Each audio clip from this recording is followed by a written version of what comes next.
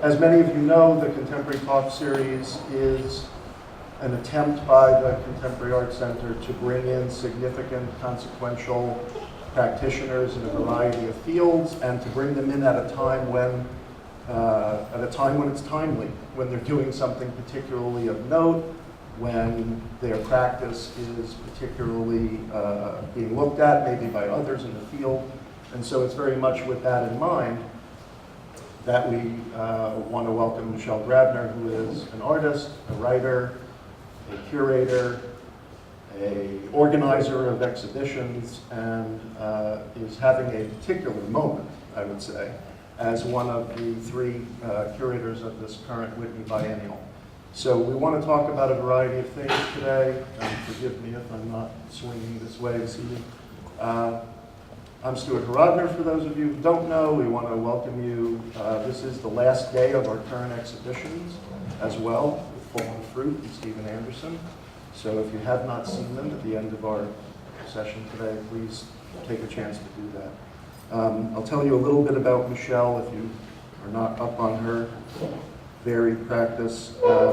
She, amongst the other things that I've said, as a very active multitasker, she's the professor of painting and drawing at the School of the Art Institute in Chicago. Along with her husband, Brad Killam, she founded the Suburban, which, for those of you who often think that a small endeavor in a non-central location, not in a big city, is not worth doing, this will prove you wrong. The Suburban is a now over 10 years? 15-year endeavor in the small masonry structure that's in the back of Michelle and Brad's home in Oak Park. And she has worked with countless artists. We'll look at some of that by invitation. Artists coming to do things that they probably would not get as much freedom to do in a very modest space. And it's an amazing testimony to what you can do with generosity and precision. We'll get into that a little bit. For artists in the room who may feel like they live in a state of constant poor farmness, she also started something called the Poor Farm, which is a not-for-profit space in Northeastern Wisconsin. Writing that she's done, which is extensive, has appeared in Artforum, Modern Painters, Frieze, and Art Press. We have in our shop examples of the great book called The Studio Reader that she developed with Mary Jane Jacob, and which was published by the University of Chicago Press. So we want to dive into a lot of things, but we really just want to welcome you, and thanks for being here. Thank you, Stuart. It's great to be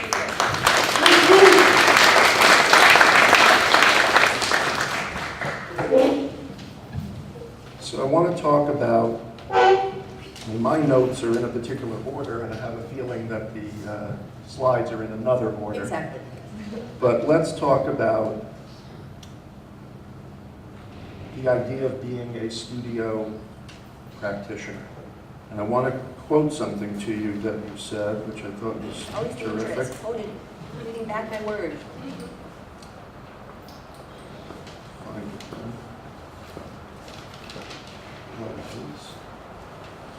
I would imagine that this is a sentiment that comes along with being in the studio. With painting, I could go to the studio, be by myself, and change time. Yes. So I want you to maybe talk a little bit about, we have some images of people working in studios. What does it mean to go to a place that is a studio, to be alone, and make things, and in effect, change time? Right. And I'll give you a two-part answer to that. And can everybody hear me okay, or do I need to bring this up a little bit? A little bit better? Yeah, okay. So I'll give you a two-part answer. So the relationship that I have to painting and redundancy and repetition, you know, as Stuart said, the slides behind us are in a different kind of order. So I'm going to really kind of go ahead and move these all the way through some of the suburban work into my work. And I think Stuart's question will be illuminated by looking at my practice a little bit.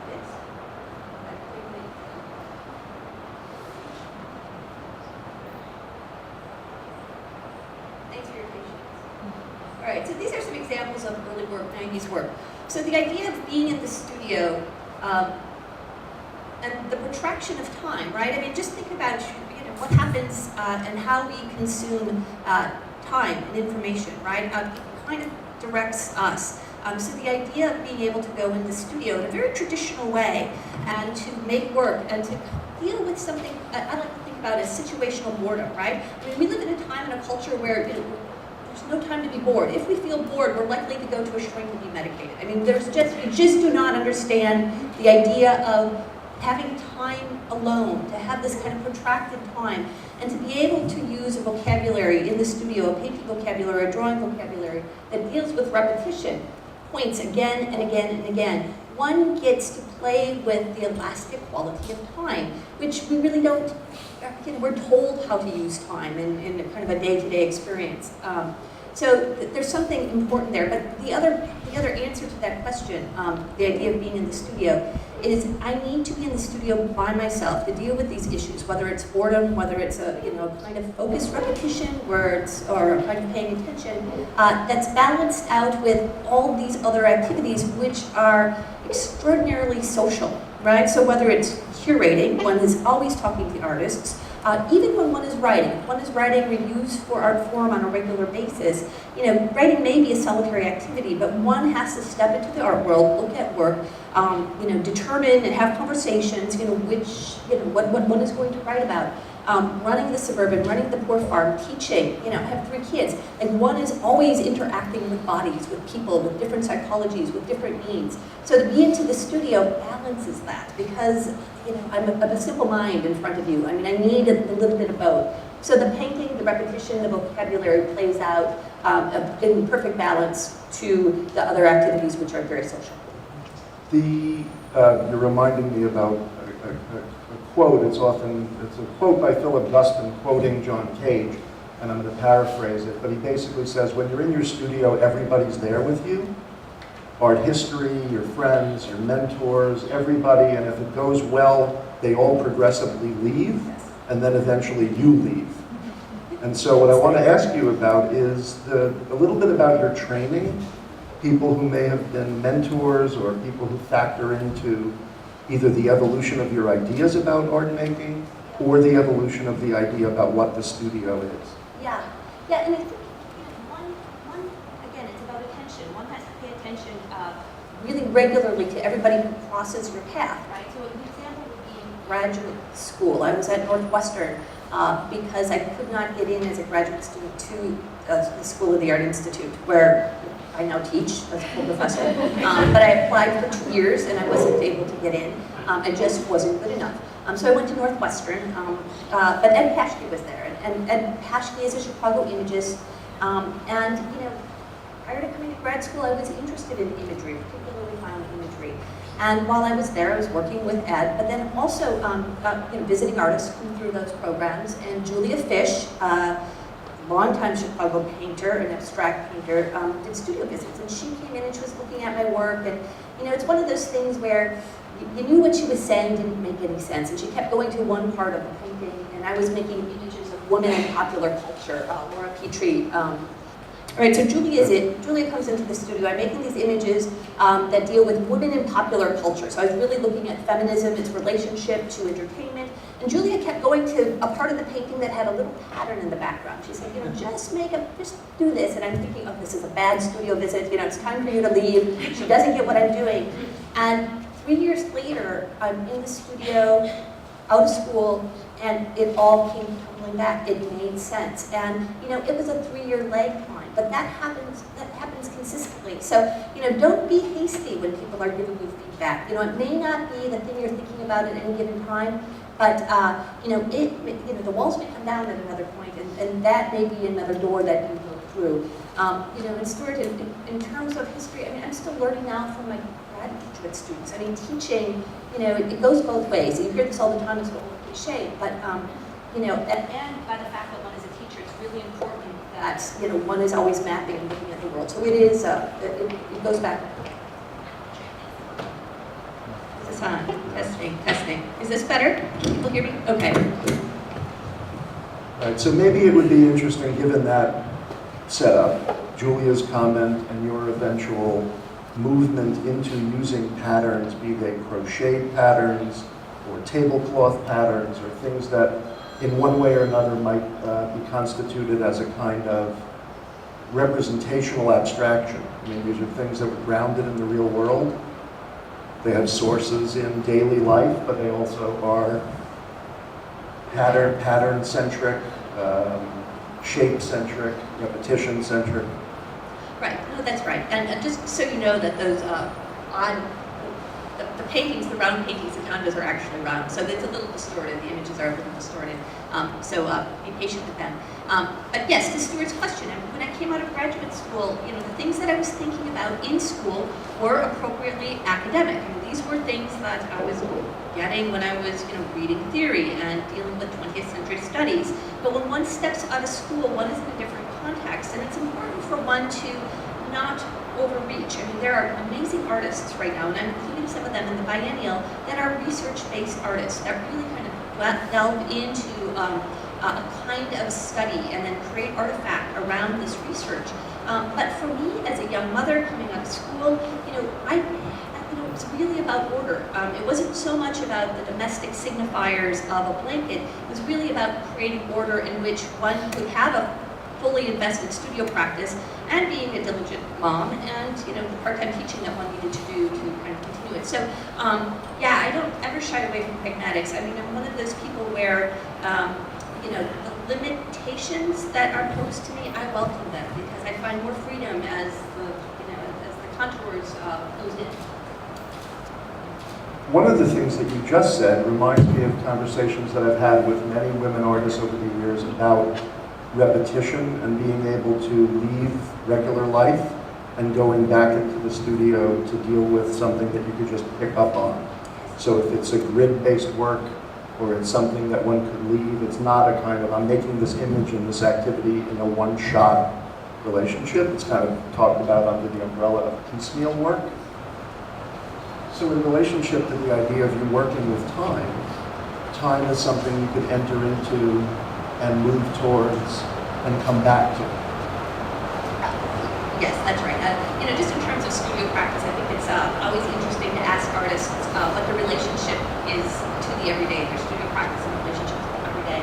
And you know, I'm old, so getting up at 4:30 in the morning and working until I get the kids to school at 7:30, you know, that's my regular stepping into the studio.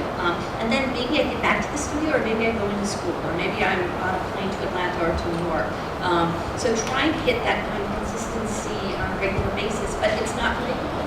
Again, you know, as Stuart was saying, you know, when one wears many hats, one has to have a flexible relationship to the studio. That doesn't mean if one is not having a daily studio practice that's regulated from, you know, 8 to 5, one isn't a serious artist. One just has to understand that, and this is what I tell students, you know, the job is a reality. It's some, you know, getting a paycheck for a lot of us, you know, finding insurance, I mean, these kind of things. Don't think of that as, you know, that weakens a practice. You just have to work with it. So I want to shift for a second to move away from studio making to another comment that you made, which was, I never had ambitions to be a writer or a curator. I only had my sights on painting. And so I'm interested in, given what you've said about being in the studio, juggling the range of things that you've been juggling, how you found yourself, and we've invited over the last several years to Atlanta artists including David Humphrey and Mira Shore, any number of folks who are also simultaneously writers, practitioning makers, occasionally curators, certainly teachers. So how did you, having said you had no intention to steer into those realms, enter into them and then find them satisfactory, so much so to keep juggling all of them? Yeah, sure. Right, again, we have to go way back. When I stepped out of graduate school in Chicago, my husband also went to a better graduate school than Northwestern, that was University of Illinois at Chicago. He was there with Tom Friedman and Arturo Herrera. It was a particularly interesting program at the time, and it still is. And then I was at Northwestern, and we got out of school, we had a young family, and Chicago was expensive. It was difficult to navigate. So we moved to Milwaukee, and Milwaukee is a culturally flat city. There was, you know, not a lot there. The American Museum has a fine collection, particularly particularly in German Expressionism, but there was no criticism, there was no curating from the ground floor, and we wanted to continue the discourse we had when we were in grad school. So we were creating exhibitions in Milwaukee where we could bring up, Arturo Herrera's work and introduce it to. All right, we're going to do this. Okay, but we'll get there. Okay. The other thing I want to tell you about a slight technical glitch, and maybe Stuart can help me. I'm not advanced with slides. Well, I don't know what I'm supposed to do. All right, we're at the point where we're going to now move into shadow puppets. Yes. There you go, got it. We're just in my work, that's fine. So I'll talk a little bit about taking on these other activities where when I was in school, I didn't anticipate that. Actually, when I was in school, the strategy was to be a teacher and to get a teaching job. That is, as we know, very difficult. So I have a master's in art history as well. And again, thinking about, well, if I have a master's in art history and I have an MFA in studio practice, maybe some small liberal arts school will hire me to teach both art appreciation or beginning art history survey, and I can teach drawing. I mean, I was really, I knew that, I needed to find a paycheck. I had a family to support. I needed insurance. So these things were really clear to me early on. And I have a 21-year-old now who, doesn't think ahead. I keep telling him, like, think ahead. You can start working towards some of those things at this early age. So Milwaukee required that we do these things. We curate. I started writing for Frieze when I was in Milwaukee. I was the Midwestern correspondent for years. I wrote for Frieze, and writing is difficult for me. But what I learned and why I keep curating when I get asked to do these things, or when I ask, do regular writing, which is difficult for me. What's important about that, and I think it's important for all artists, and all of these activities help one understand the context in which you're working. So if I'm showing you this repetitive, pattern-based work, you still have to watch very, very carefully what's going on, what other practices are, what's coming up through museums and institutions, what is moving through the commercial system at any given time. And by writing and curating, you get really close to these ideas. You understand the bigger context, those other forces in the world that are putting these artists forward at any given time. So they do have a function. All these things, it's not because they didn't exist in Milwaukee, and they do exist in Chicago a little bit, and they exist here a little bit, but it's almost part of the studio practice. Keep locating yourself carefully, and then these are mechanisms, whether it's writing or curating, are just really tangible mechanisms of giving back to a community, but also it gives back to your understanding of where your work is. Why does it have influence now? Why does that influence go away if you don't start making shifts? So it really is about mapping and keeping tabs of a farther, bigger distance. So how does an idea or a question about regionalism factor into that? One of the things that comes up a lot in what I would call the Southern context, or I'm often asked to, in a crazy way, as an ex-New Yorker, speak to being in the South now and issues of regionalism. And I often wonder about whether regional perspectives do exist. If they do exist, how do they exist? And the degree to which, when we're looking at an image behind us of one of your works, in a sense, contextualized with a work by Wendy White and Mary Heilman. And so this idea about understanding where you're working, understanding what is going on outside of your studio, and then potentially tracking the bigger picture beyond that, is a constant state of moving inward to be making the work, moving outward, as you're just saying, to be aware of things that are connected. So can you talk a little bit about what regional ideas may factor into that? Yeah, no, Stuart, that's very profound and insightful, and I think that's actually the answer. When one moves, into the work, when one is in the studio or thinking about concepts as abstract as time, but then can pull back to, it's not globalism, but to a great distance and see things from out here. And one is, again, required to do that as a teacher, somebody who has to organize a Whitney Biennial of American art and ask what that is. So by able to kind of pull back, it actually dissolves the idea of regionalism. I mean, it shouldn't be there. As I approached the biennial and traveled about, I was just in San Francisco a couple weeks ago. In San Francisco, it's at the edge of the world. I mean, it still talks about, it hangs on to its histories, and that's its handicap. But its handicap is also its relationship to the tech industry. So there's all kinds of, everywhere you are, it has, the locale is conditioned by not just what's going on in the cultural world, but in the economic world, and geographic location. So all those things are realities, but if you're able to pull back far enough and able to go in far enough, those things don't, they're crutches. Don't hang on to those things. No, I agree. A conversation we had at a panel discussion last year, we organized a discussion around the idea of criticism. And one of the things that came up in this discussion was within a local situation, like Atlanta, we were speaking obviously of this city, we had critics in the room, we had a range of artists in the room, dealers, and we were having this conversation about what can you actually say? Because can you be in a context where we see each other all the time, we want to be nice, there is potentially a kind of Southern generosity of let's not trash each other in writing, whether it's in print or in blogs. And I want to ask you about something that when I read it, and I read it in Artforum, and I wasn't expecting to read it, it was a review of yours of a show at Kavi Gupta Gallery in Chicago by an artist, Tony Tassett. Tony's an artist that I know quite well. I've shown his work, I've written about his work, and I know you have as well, and you're a friend of his. So for people who wanted to reimagine this idea about what can you say in a local context about someone you know, you discuss his show, saying some excellent things about early work in the 90s, his masterful use of materials to transform materials from one state to another. And at the back of that review, you start speaking about his public art. And so the quote is, concurrent with the gallery survey, Tassett installed 2 newly realized public art commissions at Chicago's Loop. Transitioning over the years from sculptural practice with a critical base to fabricating what can unfortunately only be called middle-brow pastiche, Tassett has evinced a desire to embrace a populist position, a mission that has led to a string of ambitious, albeit ultimately empty public works.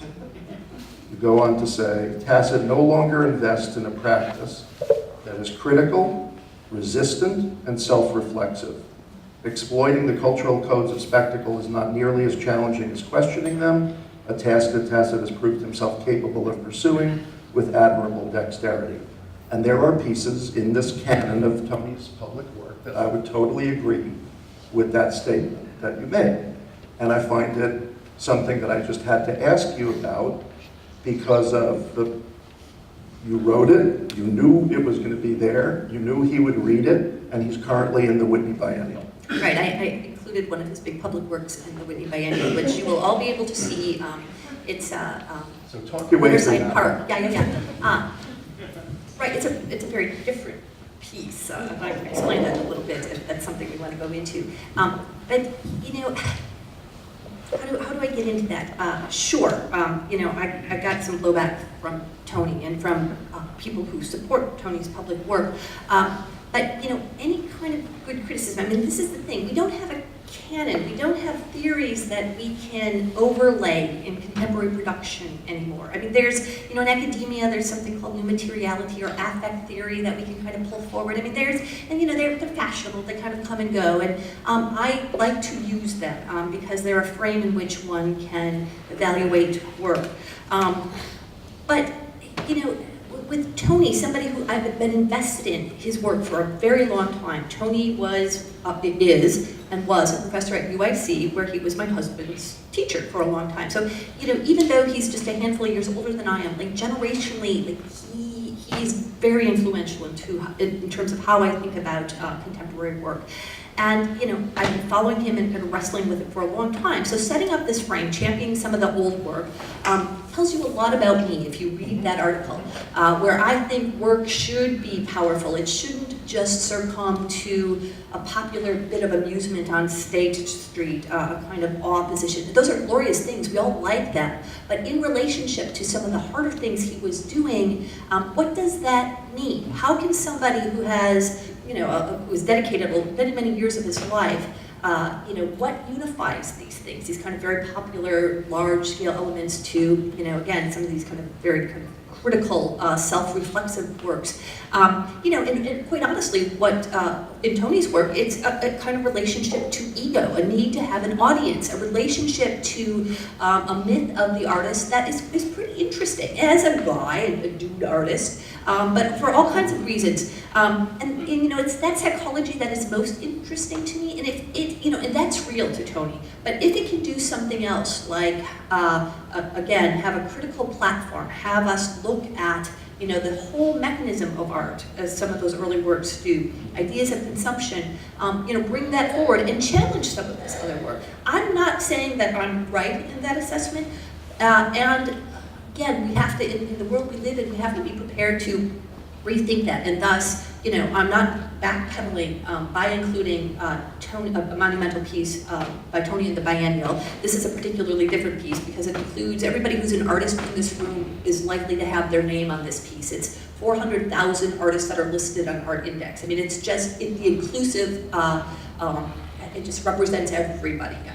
So that is interesting to me in terms of the idea of the Biennial, which we can get into it. It's just not a fair process, right? In terms of who's in and who's not. You can't think that curators act fairly to have a fair look at practice in America. But Tony's project acknowledges that and includes, at least recognizes through engraved names, 400,000 artists working in the U.S. right now. Yeah, and I bring it up by virtue of not wanting to.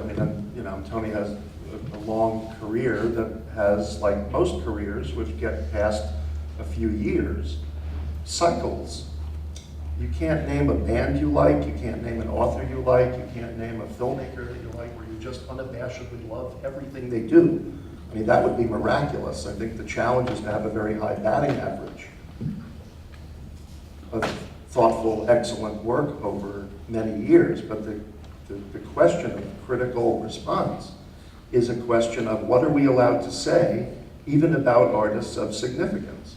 A thinker, let's call Saul Ostrov a thinker, curator, organizer, he's in the Biennial as well. And I remember many years ago, Saul telling me that he was trying to peddle an article about the Richard Serra retrospective that was happening at MoMA.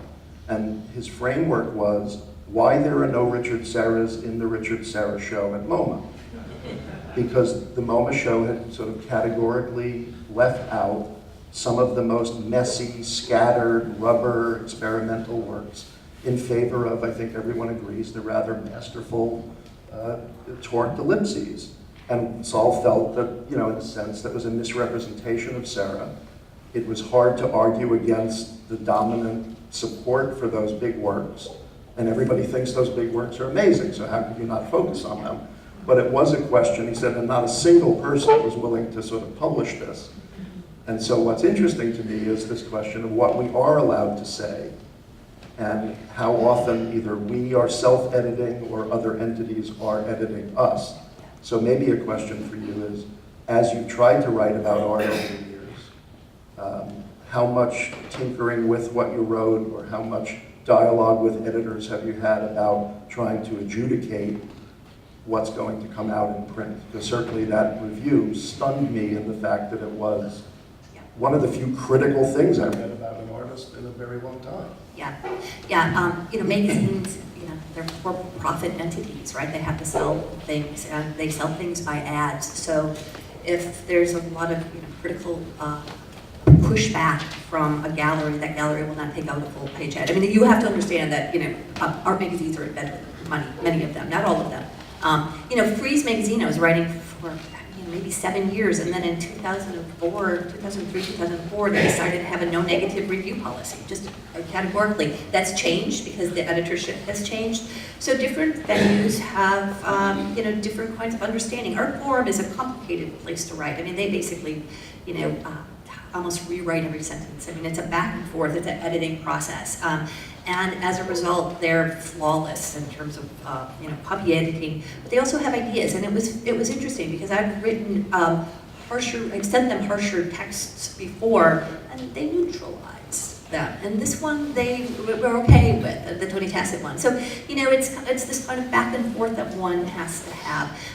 But you know, it's, you have to understand that, you know, what happens in this studio, or when one has a relationship to an idea, you know, there's truth in that. But as it moves through the world, in words, in exhibition, fiction starts flowing in. I mean, the whole thing becomes, you know, pliable and interesting, and the sooner you can let go of the fact, and find out where the value is, and if the value in my work is in the studio, it's in the process of situational form, the repetition of vocabulary, you know, once these works leave the studio, once other people talk about them, once even what's coming out of my mouth now, based on a condition of being here, you know, these things are, you know, they can't at all represent the kind of the truth of what's happening in the studio.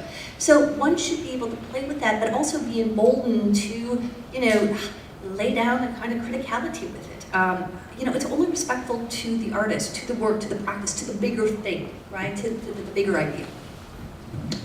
I want to see if we can get back to, I think it's going to be going backwards now, to the Suburban. Okay, yeah. And talk a little bit about your impetus for starting the Suburban, and now, you know, a decade plus into it, this is a nice little textural shift back as we're finding this. The question of, you know, why you started it, how it was structured in your mind, how it may have changed over time, what the joys or challenges of doing it are. Sure. So, you know, Suburban, I told you after graduate school we moved to Milwaukee for a handful of years where I was teaching part-time. I was teaching at a prep school where my boys could get tuition remission and a good education because the public schools are crappy in Milwaukee. So, like, all of these, you know, all these decisions are life decisions one has to make for, you know, the good and so forth. And, you know, this is where we started curating, started writing. Then we were able to move back to Chicago in 1997. Now a long time ago, and bringing some of those, the kind of, you know, startup ideas that we, you know, enacted in Milwaukee and bring them to Chicago. If we never left Chicago out of grad school, I don't think I would be up here as anything besides a painter, because there were those other mechanisms in place in Chicago. There was New York Examiner and other things. But because, you know, we moved to Milwaukee and had this building that was attached to this garage that we had. It was a body shop attached to this house in Oak Park, which is a first-ring suburb. And, you know, it's all by 10 by 10 feet. And, you know, we still were young and ideal and decided that we had kids. Why shouldn't we bring the art world to us in Oak Park instead of, you know, we can't travel as much and so forth. So, yeah, in 1999, we started having exhibitions, you know, and if you go back, there are some examples of Tony Fair. Luke Toymans was out for an opening and then asked to do a project. This is a rebuild of the Suburban in my survey show at MoCA Cleveland right now. So this show, I mean, this is where it makes me uncomfortable. This thing, because it's such a kind of perfect little architecture near sculpture, has been rebuilt so many times it's almost a franchise. I can tell you how many cinder blocks it takes to build this structure. This is a Tony Fair piece, you know, for November. He gets back from Manifesta in Istanbul. He was influenced by the Islamic pattern, and, you know, with blue painter's tape, went out and kind of taped the window. It looks really easy as Tony's work does, but it's complicated. He spent, you know, it took him, you know, he'd tape it up, peel it off, you know. And so for a week in November, now a handful of years ago, this is an example. And I think there's more, Stuart. Backward. Yeah, these are hard to see because of the light. So anyways, you know, various projects. The current project is really confusing to us. And did you see the car, the crash? This is Katerina Grossa. So Katerina Grossa is a German artist, you know, and it's she's working with 2 graduate students at the time. So, you know, it really is a space for artists. This is Danelle Wolford again. Danelle's interesting and complicated, and I hope to talk to you about her. I'm including Danelle in the 2014 Biennial. Danelle doesn't exist. She's an invention by the artist Joe Scanlon, who is a great artist in his own right, and also runs the department at Princeton. And it's riddled with all kinds of problems. She's a black woman artist, invented by a white male guy. So it has all kinds of problems inherent in it. But Danelle is, I find her interesting, and she actually exposes some of the problems in institutions about representation. Here's Waleed Beshti, who is a well-known Los Angeles-based artist who had a show with Jim Welling. So we have actually 2 exhibition spaces. I encourage you all to come to visit us. I want to tell you that if you come visit us right now, there's a big old white Buick that ran through the face of the Suburban. A local artist decided to drive a car into this little structure. So it will have to be rebuilt yet again. Yeah, that's some complicated psychology there. This is a project, often artists, when they're invited, they want to engage the house where we live as opposed to the proper exhibition spaces. And this is an artist in Chicago who, when she was in grad school, she was in sculpture at the Art Institute, and as Kelly knows, it's expensive to go to the Art Institute. So you pay a heavy fee in tuition. So this young artist decided to steal toilet paper from the School of the Art Institute while she was there for 2 years. And though I never worked with her, she called me up after she graduated and wanted to know if she could toilet paper the house with all the toilet paper she stole. So she drove a U-Haul truck with some friends. And I came to know her work, and it's where pranks become very aestheticized. And it was a beautiful thing. She dissolved the architecture of our little foursquare in Oak Park. So talk about how you may come to invite people and what the terms of the relationship are. Obviously the car backing into it is maybe an extreme version of what's allowed, but just from the standpoint of how you're picking, what sort of set of rules might be in play, what some of the economies of that might be, if you're willing to mention that. Yeah, no, it's very simple. It's not a not-for-profit. We don't sell work. On occasion, people will call and say, "Hey, is that Tony Fair, David Reed, is that available?" And we will just direct that person who's interested in perhaps purchasing to either the artist or the artist's commercial dealer. So that's one thing we don't want to do. So it's just built within the household economy. I mean, both my husband and I are privileged to have full-time teaching jobs, so we can set this stage, this platform for artists. I don't curate these things, nor does my husband. I mean, it's a matter of scheduling. One has to understand that, when one is doing a project at Suburban, the space is small, you stay with us in the house, we have kids, we have a dog running around, that it's not a typical institution. It's in the suburbs, which is, it's great. Frank Lloyd Wright examples are all about. So it's not a terrible place to come and visit, but it is very different. Sometime in the spring, I just start the schedule. I meet people when I'm in Atlanta, when I'm in San Francisco, who have been out there, who maybe get out there. You just have to be there at some point. And then, it's surprising how we don't get proposals. We don't get proposals that often. There's not a particular style. I mean, you can just go through, over 200 artists. They're across the board. So it's close to home, and I try not to think too much about it. I let the artist kind of move it forward. I try to keep a very light hand in how it goes forward. And how does that differ from the endeavor of the Poor Farm? Right, the Poor Farm. And Stuart, show these guys what the Poor Farm is. I think it's after, go forward. So the Poor Farm is an institution, and there's Poor Farms all over Georgia, all over the U.S., including Canada, and it's the rural equivalent to the poorhouse, which was built in cities for the most part. It is a social institution that it is challenging. A social institution that came to a head in 1850. One could not be without means. One could not be kind of wandering the land without resources. And if one was in the 1850s, one could be sold off in a kind of slavery situation. Somebody could, a landowner could absorb you. So it has a close relationship to some of the underpinnings of slavery. So the Poor Farm and poorhouse system was seen as a very progressive system, where one was an inmate. So you were assigned to a Poor Farm, you were an inmate. So this is, and they were county run. So this is Waupaca County. There's a jail in the basement. There's a graveyard in the back. In this case, you worked 97 acres. It was not a good life. It was mostly first European immigrants, males. There was a couple women who stayed there to run the kitchen for the most part. So yes, we bought this in 2008, and it's now a kind of Kunsthalle. It was a successful Poor Farm, unfortunately, and there's a building in the back.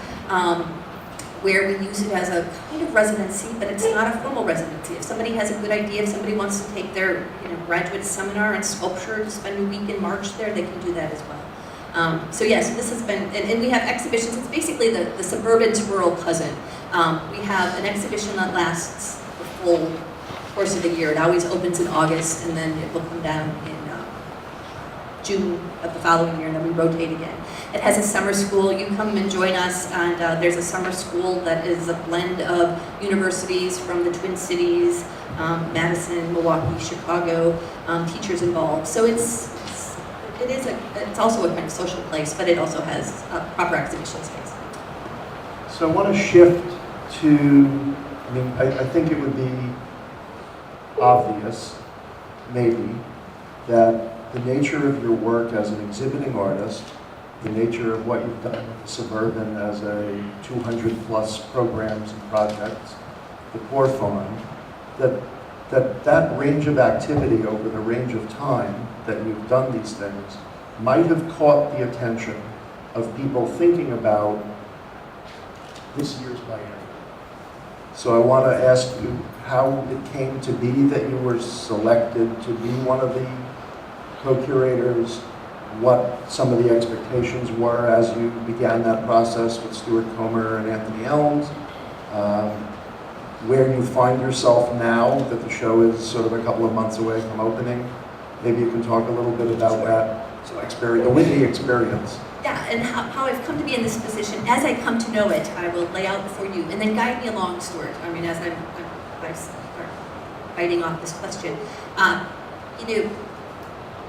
What happened is, in August 2012, I received an email from Jay Saunders. So Jay Saunders and Elizabeth Sussman were responsible for the 2012 Whitney Biennial. And that was a remarkable biennial because it featured performance. It featured a lot of, it featured studio as well, artists in space.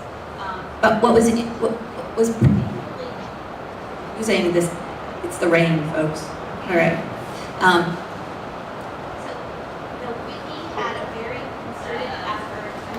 Again, this is the good stuff. This Whitney Biennial is the good stuff. So there was a concerted effort in 2000. Again. Hello. Maybe I'll talk really loud. If I project really loud, is that okay? Yes. Okay. All right. So what I challenge you all to do is to look at the last 10 years of the biennial.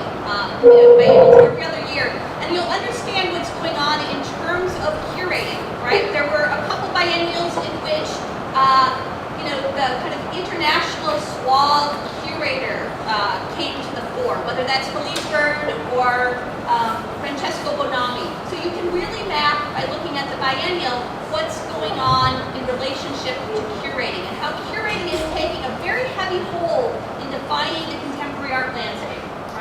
So you can actually map that by looking at the biennial. The biennial gets a lot of flack because it depends, because of the budget, its relationship to New York, really depends on the commercial underpinnings of some of the galleries. Artists who are represented by galleries, those galleries will put forward framing, shipping, and so forth. So for the 2014, the idea was to select 3 curators who were not from New York. Is kind of remarkable. And a matter of fact, Stuart Comer, a colleague of mine, was at the Tate Modern when he was brought on board, and is now chief curator of performance at MoMA. So the center still holds, right? And we understand how culturally built New York is. So Stuart is there. So their conceit about having 3 curators who are not from New York, didn't play out from the exhibition.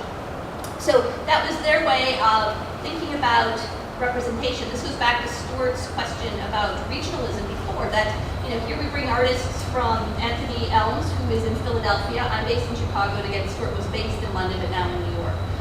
So that's kind of how it came to be. This goes back to the very, very early question or comment that Stuart made about, Michelle Grabner's moment. What's important to know that I didn't set out to make this moment, right? I set out to do the busy work that you're seeing behind us. And what happens is New York can pay attention. In 2012 at the Poor Farm, we did a survey exhibition of a deceased artist who was very well known in the 80s named Gretchen Bender. And from an off-center position, from Northeastern Wisconsin, one can see the blind spots in the culturally almost overbuilt center of New York. The show that we curated went to the kitchen, which is a very prominent New York performance space, right after it came down from the poor farm. I'm hugely proud of that we can build exhibitions off-site that actually go back to the center. And then the entire collection that we ended up doing the research, tracking this work down, is now being absorbed into the Metropolitan. It's an amazing thing. So distance from the center, it gives you advantage. It's that thing about kind of pulling back. So the center is very savvy. It keeps looking at itself, and I'm now speaking about the Whitney. And it's able to identify this crazy Michelle Grabner who's sitting in Chicago, who's doing these other things, almost neglecting New York. Just not caring, being able to deal with other ideas, but not have to cowtail to the center. And then the center wants that. Bring it on. So that's I think that's why I'm sitting up here now and working on the biennial. But keep following up through. Right. I'm going to brave handing this to you. Okay. Stephen Anderson, you're here, right? Your whole show is energy strategies. Will you please, just concentrate that this is going to work? See if that works. All right, much better. It's the rain. Okay. So I think the question, and I have been aware for many years, having been in New York and talked with curators who curated the biennial and artists who were repeatedly visited for the biennial, that it is a very challenging process. It is subject to things that you were saying. It's often a very hush-hush process. There's often a lot of mystery shrouding it, and there's a lot of pressure on it. And the nature of the Whitney seems to be, for the many years that I've followed it, that the current Whitney Biennial often makes you love the previous one that you hated. The catalog from the last biennial pretty much did a fait accompli about that and reprinted, for those of you who may know this, or if you don't know it, it's worth checking out. The past biennial catalog printed all of the harsh and horrible criticism of the previous biennials in it, and almost did a sort of, everybody hates this, there's no way around it, so we're just going to show you how it's been loathed and apologize in advance. You were telling me a little bit about the nature of the development of the catalog, the nature of conversations between the artists for the catalog, a sort of notion of your own indexing. And maybe you could talk a little bit about that idea of rendering visible how many people you visited and all of the sort of things that almost nobody ever tells anyone. Sure. So, upon being invited to take on this project, I have had 2 studio visits by previous biennial curators, and there is a shroud of mystery around it. I knew Deborah Singer was curating the biennial, and so when she asked if she could do a studio visit, she was in Chicago, I kind of assumed, but the Whitney Biennial, the name never even came up. There was never kind of follow-up after she'd been to the studio. The same thing when Val Cassell, who is now in Houston, was curating the biennial. So, and you don't know if you're in it, you're not, you don't get any kind of feedback. You know that the following fall, the list is about to come up, and if they didn't reach out to you, you're probably not in it, but you still hold on to hopes that something will happen. So I thought that upon taking on this project, I was going to be very transparent. I was going to contact Stuart and say I would like to do a studio visit in research for the Whitney Biennial. I followed up with him, letting him know that he wasn't going to be included in the biennial, but I do these other projects, and hopefully, I could work with him down the line. And that's, that all seems to us, reasonable. But curators, when I asked about, why doesn't this happen? Why aren't they forthcoming, particularly Whitney Biennial curators, forthcoming with artists? And the response was, they don't want to hurt artists' feelings. Like they don't want to disappoint them. And my response as an artist is like, we're disappointed all the time. We're always being told no to. And it's actually very respectful to keep artists in the know, to let them know how the process is. So my whole arc of organizing the biennial is to keep that informed for, to be as transparent as possible, to be here speaking to you and answer the questions that you have in terms of how this process is going forward. Because there's 3 curators, the catalog will be divided into 3 sections, and my section has infographics, so you'll be able to see a little map of the United States. You'll see where I traveled, where I did studio visits. You'll see the relationship to gender, how many men I visited versus how many women. They wouldn't do diversity. That was a problem for them. They weren't going to break down the diversity of artists, ethnic diversity. That was something that the museum said they wouldn't do. How many people I've worked with before, how many were former students, the average age of the artist. So infographics, you'll be able to see, I did the bean counting for you, and then you can go on to make the assessment of choice in the work. That's what I wanted, and I talked about that in my essay as well. And then instead of inviting theorists, historians, and critics to kind of give a frame or a shape to something I was thinking about, I basically asked every artist that I invited to be in conversation, to speak with somebody else, and we would print those conversations. So I have artists who are talking to designers, to entertainers, to sports figures, to other artists, to literary figures. The tone is very different. Sometimes there's 2 artists who are on the show who are talking to each other. So I'm hugely proud of that. I mean, I think, just as a collection of how artists are thinking about their ideas, the tone of their exchange and so forth is really great. So I'm letting the artists speak for themselves. I'm not interested in kind of scooping in somebody to give a critical overview. I did that in my essay. I was obliged to do that. But for the most part, I think it's more important to hear what the artists have to say. Do you have the microphone, the handheld one? Who has it? Okay, Stacey. I could do this all day. I would love to do this all day. But I think invariably we have a great turnout, and I know just looking at the room that there are people who I'm sure have questions. And so hopefully that will be a non-loud and not pronouncements, but questions for Michelle. So if there are questions, we can start to make way. Hang on a second, coming your way. This won't be an essay or anything, it'll be brief. I was thrilled that you started out with mentioning boredom, which is something I'm actually pretty interested in right now. So I'd like to kind of prompt you to say a little bit more about studio time and boredom, because it seems like a lot of practice is about processing your own response to boredom.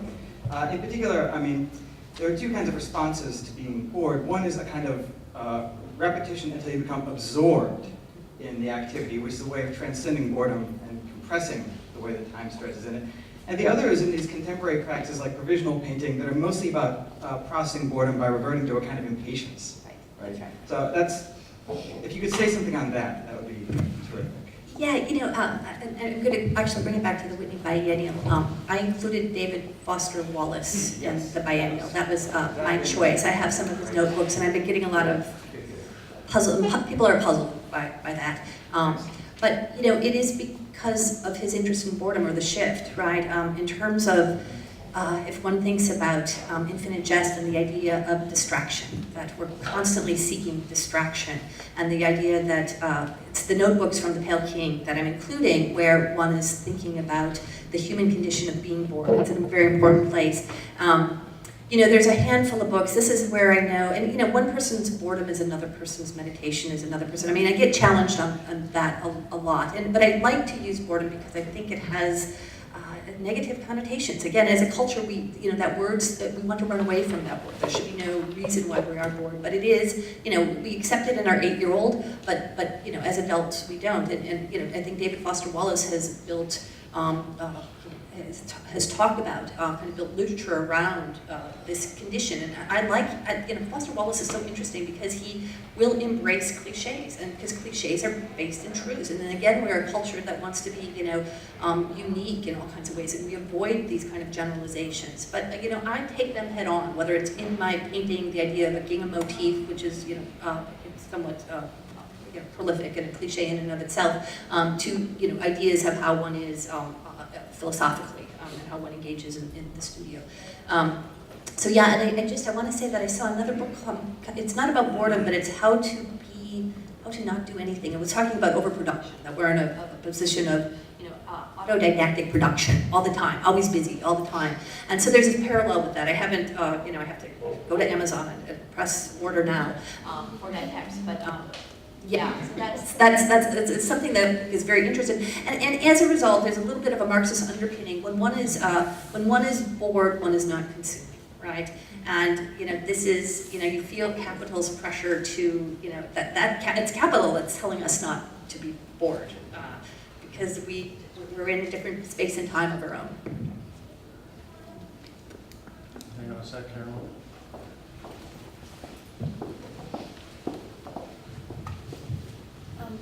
Well, I think my question will follow up great to that, which is, what are you reading right now? Yeah, I wish I could say I actually thought about what am I going to bring with me on this trip, and I brought knitting. I'm knitting scarves for my actually curatorial assistants at Biennial.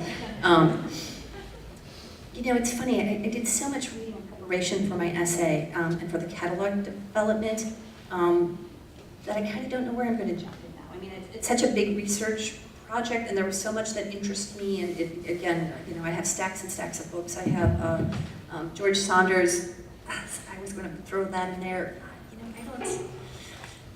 I'm one of those people, I can tell you, as I'm feeling like I'm terribly backpedaling, but there's in Moose and an Extra magazine, there's some interviews that I recently did, and I can't even read those once they're in print. I can't even go back. I would never do them again. I mean, it's one of these things where I can't, once it's published, there's nothing one can do about it, so I avoid it so I can kind of keep kind of charging on.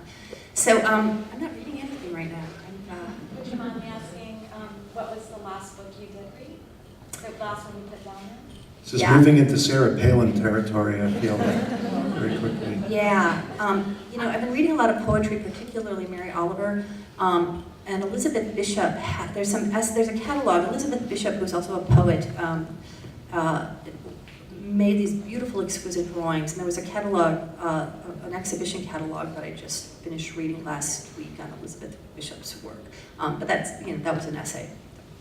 That was the most recent thing, outside of just consuming the blogs in the newspaper. Thank you. I hope you don't mind, I'm going to kind of put you on the spot. No, of course. I am not an artist, so I feel like I can ask this question, but I know that you, or I know none of the curators from the current Whitney Biennial came through Atlanta. And I know also that there are a lot of really great artists here. Can you, now that you've had this experience, give us, Atlanta, some advice about perhaps how we can get involved in that process and be considered for the next go-round? Yeah. I went to Savannah. Close.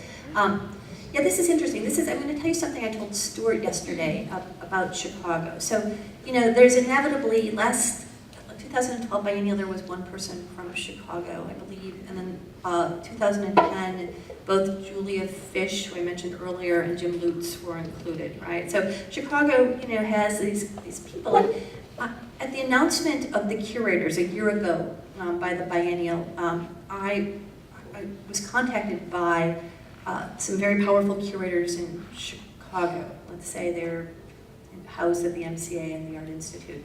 And they said to me, this is hugely exciting for Chicago. Now you can, you can foreground practice. You will be the champion for Chicago. And in my head, I was saying, F you, because it's their responsibility to build Chicago artists into the big programs, the big institutions in Chicago, and they don't, right? They're reaching elsewhere. The MCA is always cosmopolitan and global, and they'll throw the token local artist in here and there. But for them to put that weight on me to be able to bring Chicago artists to an international stage was something that they could be working on for their tenure at their institutions, and they neglect doing that. However, when the list was announced, because Anthony Elms, who's now in Philadelphia, was in Chicago for a long period of time, he put forward a lot of Chicago artists, and I put forward a good, so there was critical mass. I mean, I think I'm guessing right now, but about 15, 17, 13 artists from Chicago in the Biennial, right? So people are writing about that. Chicago is finally represented. It's not, and represented fully. And as a result, there's curators in town who are finally getting their ass out of their seats and getting into studios because their colleagues in New York are going to say, yeah, Chicago's interesting, what's going on? And they can't say anything because they're not there. So it takes, so all of this, it took really something substantial. In the past, like I said, for years, there's always been a Chicago artist, one or two, but you don't hear that. It's just about the overarching representation of practice in the United States. That's what the biennial is supposed to represent. But it hit this point in Chicago where it actually is activating curators to have to know what's going on in their own backyard because everybody else in the nation is going to find out what's going on in Chicago. So that's a good thing. So, but to your question, the answer is, and this may seem cynical, but it's to get somebody from Atlanta as a curator to the biennial. That's what it's going to take. And again, curator from Chicago, nobody really saw that coming. But again, when I was answering Stuart's question about when he was kind of probing me on regionalism, which is, I don't even acknowledge that, what we're going to see is, and this is, again, I'm going back to the free market economy, right? A lot of us were in Miami last week. The free market economy is going to look for inventory, and New York's not going to be able to saturate that market. So they're going to have to go elsewhere. My graduate students at the Art Institute, my graduate students at Yale, they're making decisions to come to Atlanta, to go to Vermont, because they have a former friend who has a print shop. Like, people are making lifestyle decisions to incubate a career, not for themselves in New York, in the center right now. There's interesting things going on in New York, I'm not denying that, but it's not a place where a young artist needs to engage. They need to watch it very carefully, almost on a daily basis. But they can go elsewhere to deal with, to think about, to nurture their practices. So, yeah, I know that Stuart and Anthony didn't make it here either, but as professional curators, they went about the whole process very differently than I did. I mean, I went into a lot more studios than they did. They like a proposal process. If they were interested in Atlanta-based artists, they may not have went to Kelly's studio, but they could have rung Kelly up, now a painter in Atlanta, and said, give me a proposal, I'm doing the biennial, what would you do? So that happens more regularly. So right now, the changing state of curating is such that just because Atlanta or Nashville didn't get a visit by a Whitney curator, that the Whitney curator didn't make it, to that city, let alone into a studio, that conversations weren't had. So that's something that you have to watch. Whether they're in, the final measure is whether they're included in the biennial or not. So is it also, kind of going back to something that you said earlier about encountering the work elsewhere. So if an Atlanta artist, if the curators aren't coming here, it's also very important for the artists here to have their work seen in other places so that a curator may bump into it. Is that also true? Yeah.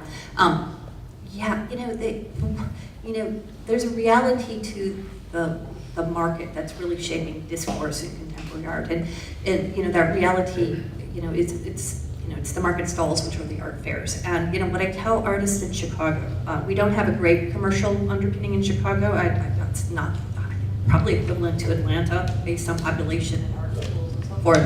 But if you can get the attention of a commercial gallery that actually goes to the art fairs, that's where everybody goes, right? So that, whether it's shopping or whether it's looking. I talk to curators at the Whitney. They love going to the art fairs because it makes it easy for them to, it's all gathered in one place. So there's convenience to that. That seems so like this will see. It's also, I would say, I think just from my own point on this, and I've lived in cities that had visits Portland was a place that I lived when Larry Rinder came through and met with oodles of people, wound up selecting one or two. I know other cities that folks were visited and didn't get in. There's just too much pressure put on the city part. It's not that the Chicago artists are representing Chicago. They're representing themselves. If you happen to find an artist who's in Cleveland or in Atlanta or in Boise, they're not going to save the city. You know, if they would have plucked a Detroit artist and put them into the biennial, it wasn't going to counterbalance bankruptcy. You know, it's nice to think that it's equitable. It's nice to think that all of the folks in these positions of power have done a sort of democratic overview, but it's impossible.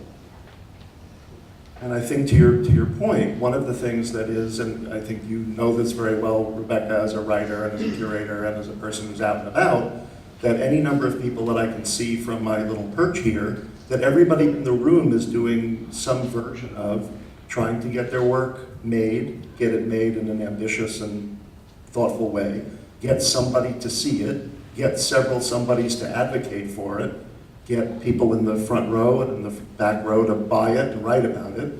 And if there's enough bubble up of energy around it, it may catch somebody's attention whether they visited the city or not. But it's very hard also to politic for that. Like, I don't know Michelle that well, but I will tell you the last thing I would do would get on the phone and start politicking for Atlanta artists. It's not a smart thing to do professionally. She doesn't want to hear that. I don't want to risk my relationship with her by doing it, and I hate it when people do it with me. So that's part of the other balance of how these things are relationship-centric. Yeah, and I want to say, you know, something. This is something else I was talking to Stuart yesterday in your extraordinary Atlanta traffic. We were great time to talk. Is that you know, the criteria, like, to some degree, the question you're asking has, you know, it's the right question. It's also the flawed question, and that means the biennial is meaningful, and it is. It has been for a long time. But there's biennials popping up everywhere now, right? At this point in the world, I can't tell you how many biennials are going on. And the reason why it could be the wrong question is that if one is in Atlanta or Chicago or Milwaukee or Cleveland, if one is there with the same, holding on to the same criteria of how one succeeds in New York City, you're screwed, right? There's not those underpinnings there. So this is what I tell my grad students, and many of them, you know, upon graduating, you know, I give them a high five and send them to LaGuardia, because when they get off of the plane in LaGuardia, they get a script of how to succeed as an artist, right? And that script says, you know, try to hook up with a commercial gallery, try to get the attention of curators, try to get some critical press. It's really simple. These criteria are there. If you take those same kind of hierarchies and bring them to Atlanta, bring them to Milwaukee, you will be inevitably disappointed on a continuum. In Chicago, we have no, you know, our critical underpinning in Chicago is really weak right now. New Art Examiner is gone. You have art papers at least. Amazing. You know, we have, you know, New City, a weekly. So, you know, so if you stay in Chicago, if my grad students, they come out, they want to hang out in Chicago, they're going to give Chicago 5 years, 3 years, you know, they have to do the extra hard work of not only being in the studio and giving language and context to what they're doing, but they have to give language and context to how they succeed and what those criteria for success are, which have to be very different than in Bushwick or Williamsburg, right? Or even in LA. So that's the extra work one has to do, and you know, and those criteria have to change all the time, right? You have to wake up the next day and kind of refigure those things. So that's extra work to be off-center, but those off-center places also give you freedoms. You know, cheap space, from the pragmatics to being here, you know, big exhibitions or big studio spaces that, you know, one can afford, you can afford to live here. You know, discourse, intimacies with people and conversations that you wouldn't be able to have in New York. So it's a different kind of work one has to do, but it's, you know, don't hold on to those criteria, and don't even, you know, the sooner you know, stop worrying about being in the biennial, the sooner the curators will in the future, who are organizing the biennial, will probably come and find you, because you're doing something else and you're really invested in something else that's structured. We have one more question up front here. Two. Yeah. Okay. You mentioned that that when you had a studio visit early on in your career, and somebody came in and said that they noticed a part on your canvas where they responded to it and you didn't initially, and later on you came back to it. And as somebody who's had lots of studio visits and trying to get a feel for that process, like how that works, and I've noticed that, and sorry, I'm a really bad speaker in front of people, but there's kind of like a quasi-mystical, with the contemporary artists in their studio, like a quasi-mystical approach to studio visits, and they're so prolific, and it seems like that's how people kind of get their bearings, and I wonder if you could talk about the kind of like predestination that contemporary artists almost feel about a certain quality in their work that they might later latch onto and find success with, or find that it somehow expresses a part of their experience that is truer to themselves, or whether that's just being successful.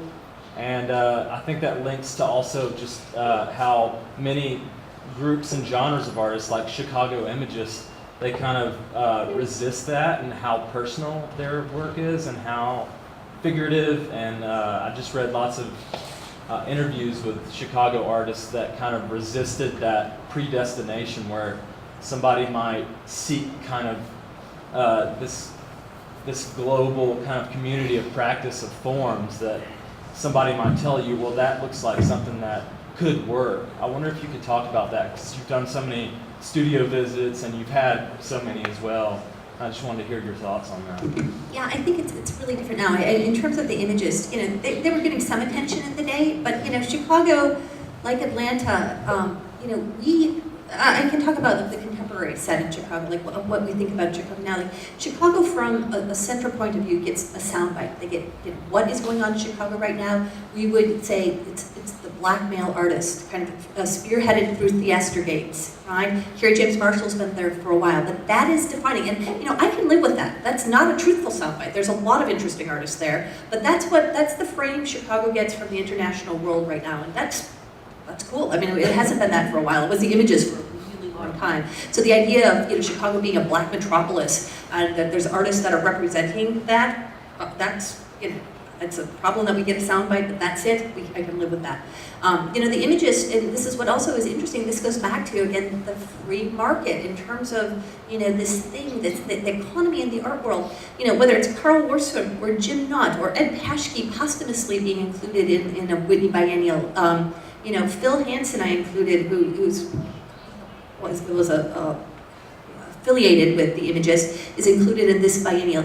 They're getting their play now, and they're either dead or they're very old in their career. So you can't anticipate when the context is right, and the context right now being the free market, looking for inventory, looking for artists who are maybe in history but haven't kind of been played out. Can I just respond? Yeah. But the predestination, though, the kind of like that a form is meant to be, like a lot of contemporary artists. I had an argument with a colleague.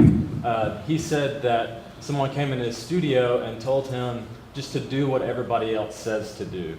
And it's that kind of people telling you that's okay. I wonder if that's a thing that you see as prevalent or not. Not really. It depends on the individual. It depends. I mean, when I go into graduate studios, I will tell my graduate students, like, what's working and why, and what's not working and why, right? But when I was doing studio visits for the biennial, I wasn't in there for critical assessment. I was asking what's going on. Okay. You tell me what's going on. And that was awkward for me because I'm a teacher. I go into lots and lots of studios and I have this back and forth and I'm making critical assessments and judgments. But the biennial required me to kind of hold my tongue in a way where, where are you from? What's going on? Why are you doing this? Why is this framed? Would you think about this? But it's always a question based, so that's very different. And the idea of, you got to get really comfortable. I mean, if you go to undergraduate or grad school, you're getting feedback all the time. I know Stuart gives feedback here to people who want to come in and talk to him, but that's not the real world. You got to get really comfortable with your thinking, and you have to kind of go out and solicit any kind of feedback. Get your friends in the studio.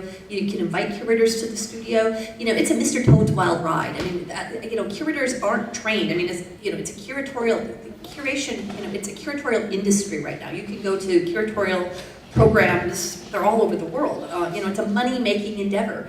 They're not they're taught to be, independent thinkers. They're using our work to illustrate their ideas. We're in a very different place. I mean, many curators just don't know how to be in studios. They don't know how to ask questions. They're very uncomfortable. That's not their space. That's the space of artists. Marjorie Perloff. She's in the Studio Reader. She has 2 essays about studio visits. I recommend that you read the studio. Yes. Yeah, she's fantastic. She publishes 2 pieces. So they really kind of give you the guideline in terms of what to expect, which is nothing. Don't expect anything. All right, I think don't expect anything would be an interesting line to end this discussion on. Hopefully you had expectations when you came here and they were met, as opposed to what I just said. I would encourage you to internalize some of what Michelle said, to read some of the texts that she's written, to follow the range of activities that she consistently performs. Because I think in a way, the answers to the most prescient questions are sort of answered not by her talking, but by what she does. And so this idea about making things and organizing works and projects in a very generous way with artists that interest her, by inviting people to come and participate in the sort of resources that she possesses, is a really good model. It's a model, it's a generosity model, it's not a top-down model. It's a sort of a cross and up model. And I think it's a more progressive and more sustainable one. So I would just say that that's the end of my advice. We want to thank you all for coming. I want to certainly thank Michelle for being here. And we'll see you all at the Whitney. Thank you.